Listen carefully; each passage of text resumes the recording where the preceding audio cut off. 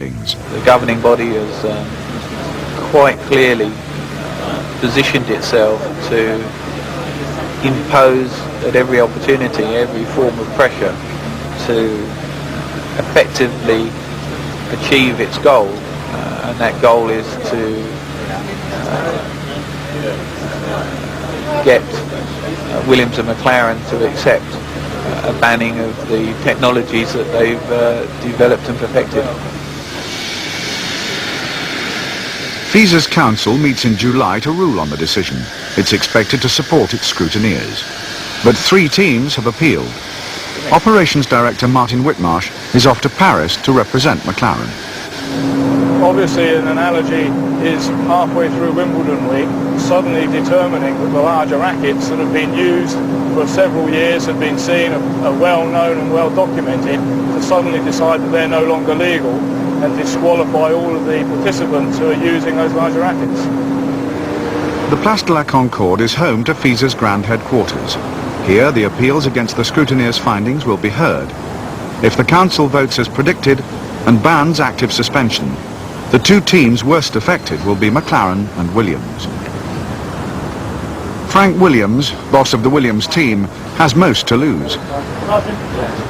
His cars were specifically designed to use active suspension. They now lead the championship. Well, I have one also titled just a McLaren submission, which I'd like to show you Patrick, and if you're happy with it, we'll make a joint submission otherwise. So today, the 2 arch rivals join forces to save the technology they've done so much to develop. After the hearing, FISA President Max Mosley confirms that from the German Grand Prix, active suspension will be banned. We've probably been a bit slow in catching up on this, ready to admit that, and we're going to change our procedures slightly so we're more up to date with what the teams are doing. But don't forget, the teams never come along and say, we're doing this for this reason. On the contrary, they try their very best to conceal what they're doing from everyone except their own people. You can't imagine Wimbledon changing the rules halfway through the tournament. And what's your answer to that? Well, it's very simple. You see, Wimbledon, you've got 2 bats and a ball and a net, and it really isn't that difficult. With us, the ball is something of enormous technical complexity. Just to describe the ball, it's a Formula 1 car, you've got a thick book full of regulations, which even the teams don't always fully understand. It's a very, very difficult sport from that point of view. We do our best, and most of the problems disappear by mutual agreement, but they arise all the time, as you would expect, in something so complicated. Obviously, we weren't surprised. It was the outcome that we had expected. However, when you're confronted with the situation, you know the facts, you've given what you believe to be compelling evidence to support your case, then it's obviously very unsatisfying.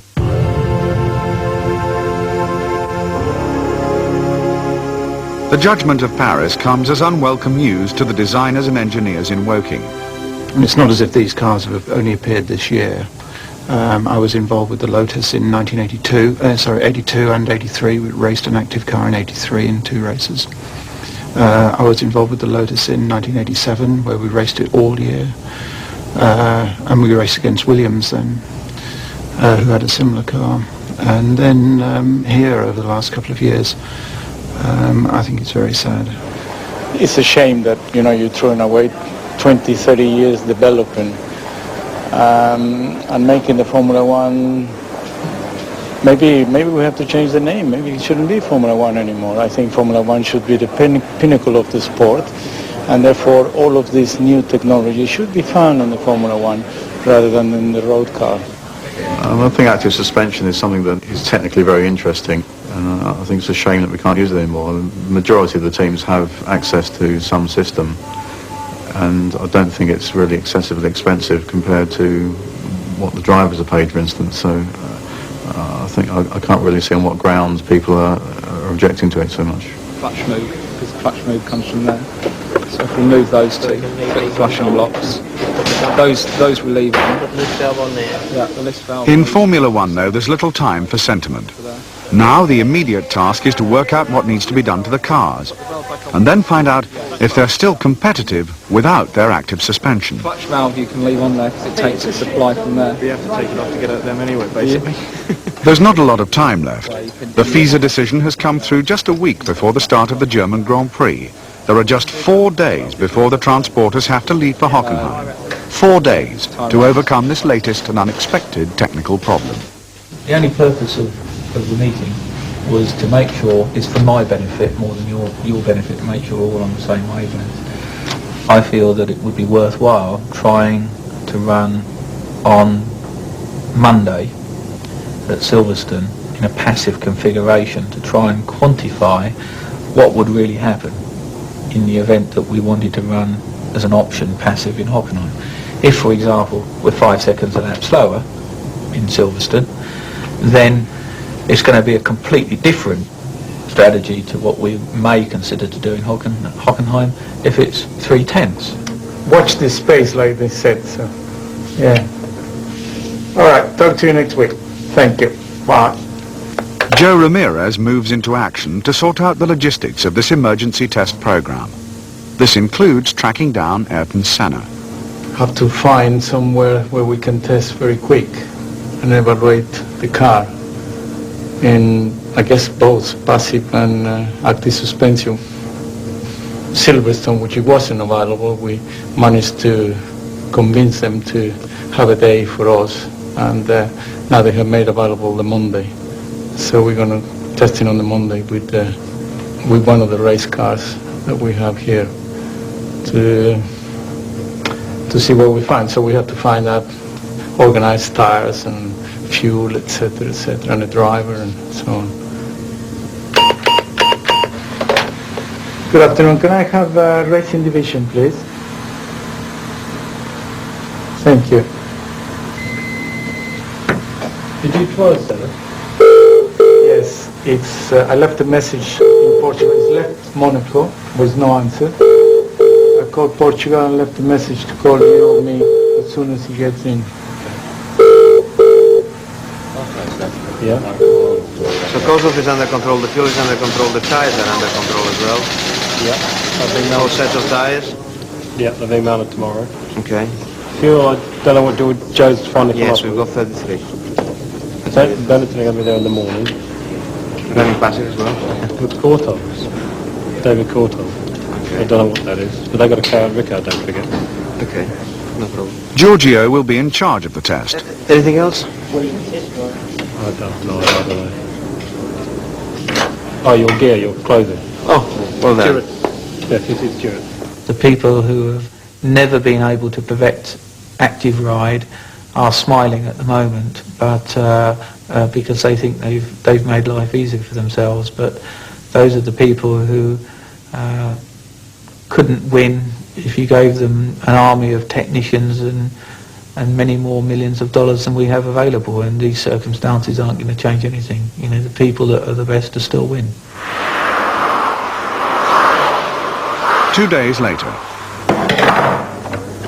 It's testing time for the old suspension. For the moment, the new technology is sidelined. Springs are here again.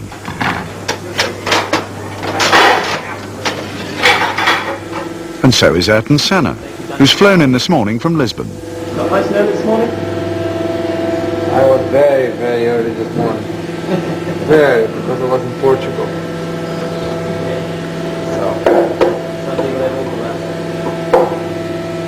30 degrees. Yeah. Thanks a lot. So, to get me over here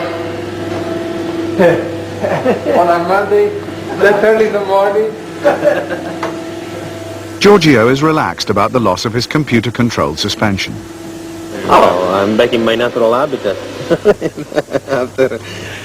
After 10 years of doing the job without computers, I had a break of like 8 months and then I'm back without computers. It's okay.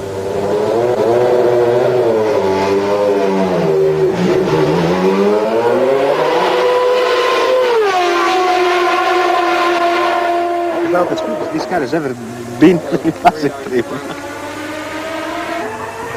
Ayrton Senna is also taking the possible end of active suspension in his stride. It's just different. You have to get your mind back together again to work in the old way.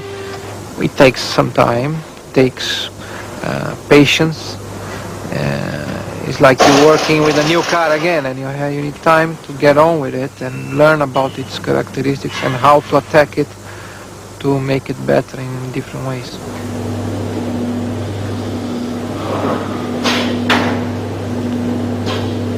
know, in the low speed here, at the complex, we have a lot more rear end in the car.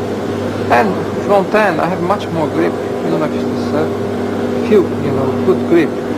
As I position the car in the apex, then I'm no longer going like this or like that. I have a car is straight, I can go full throttle, lift and go the next one. It doesn't push so much the front as usually it is. It's not too bad. Well, it's early days yet, but so far it's not been as bad as I thought, and reasonably encouraged, I guess. So once again, testing has uncovered some surprising results.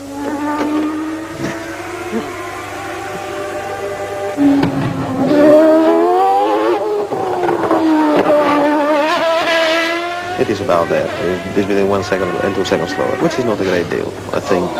The other thing is, in actual fact, I think that we discovered something which was implied in which we wouldn't have seen and found if we were following our normal route, which is interesting, I'd say. In the event, active suspension has a last-minute reprieve, and its use is allowed until the end of the season.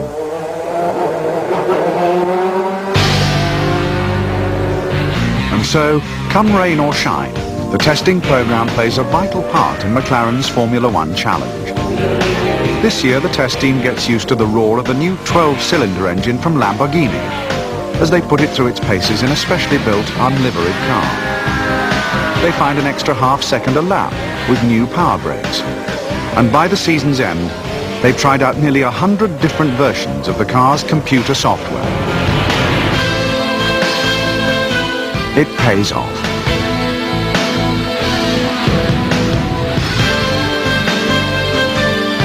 Ayrton Senna ends the season by winning the Grand Prix in Japan and Australia, bringing McLaren a total of 5 victories and a world record 104 wins. For the team, this commitment to technical development is the name of the Formula One game. They can take a ban or two in their stride. But they'd be happier if people didn't keep changing the rules. The competition in Formula One is not just the drivers. It's about a team against another team. The driver is the leading edge of that team. And behind him, here we've got 300 people working to give that driver the best that we can do.